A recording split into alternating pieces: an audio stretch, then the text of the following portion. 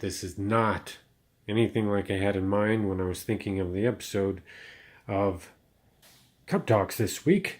But as it turns out, I am still moving in, and this place is a veritable shambles because it is the last place in the house that has yet to be assimilated and put away. So we have a total disaster here. Because of my technology issues, I'm having to shoot this on my cell phone. Sorry about that.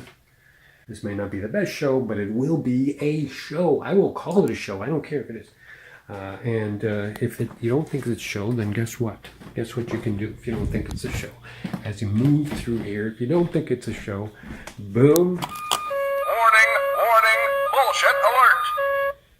Soon this will become the CubTalks studio. So maybe next week, this will be in some sort of a semblance. I mean, you can see this stuff is coming out. Here's my W flags. I've made it out of a box. Oh, check this out. This is an amazing book by Kadir Nelson, and he's an incredible artist about Negro League baseball, and just incredible works of art in here.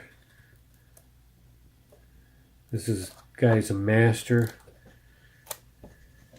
My old score sheets, and underneath it, one of my cooler deals. I'm not trying to do show and tell, but there's Cubs Personnel Only, which came off of Fitch Park, and I've been getting the guys to sign it. There's Fergie over there, Ray Burris, Tom Otis Hellman. There's a signature you don't see much, but he was over at Fitch for a long time, and so that is a cool item.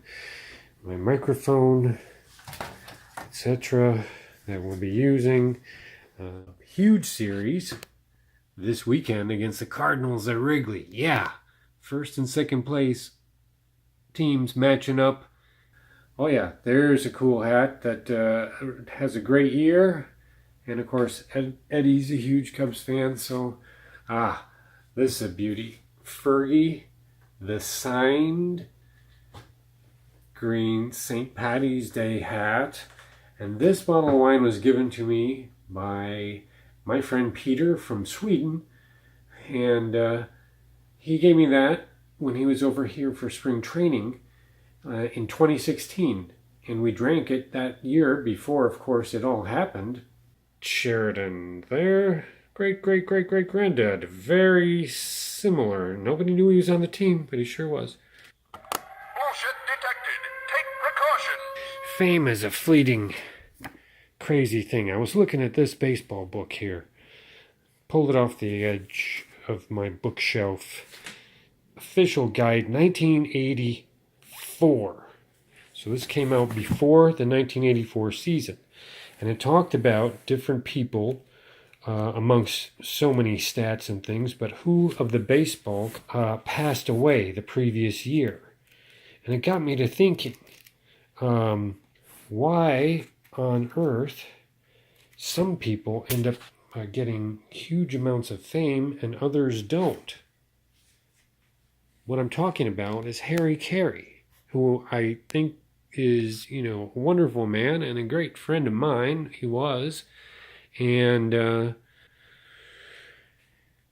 but he wasn't a Cubs announcer for that long. But the guy who passed away in this book this year, right before this book was made, was Jolly Charlie Grimm, who actually played for the Cubs.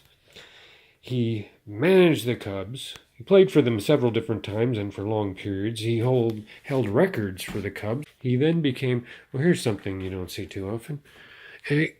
Yeah, right there. Check it out. It's a Napoleon Dynamite pen. Yahoo!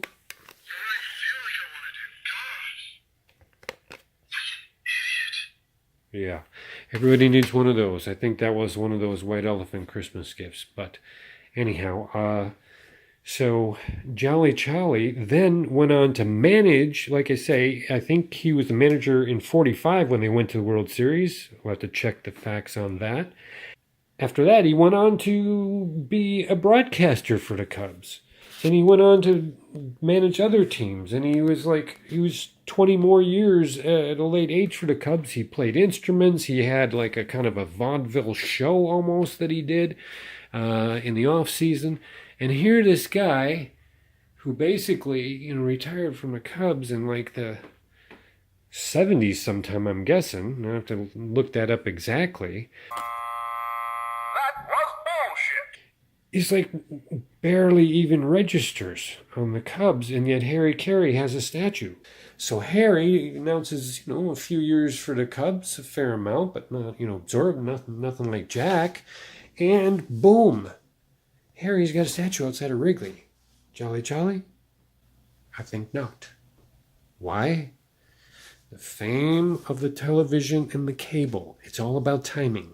And Jolly Jolly, in spite of the fact that he's probably only like 10 years difference in age from Harry, Bullshit level, DEFCON 5. his time was before. He missed out on the cable television. Boom. Just throwing it out there. We're going to have to stop the show now. It's been kind of, Oh, come on now. That ain't even bullshit. That's horse shit. So that's it. I'm out. Go Cubs.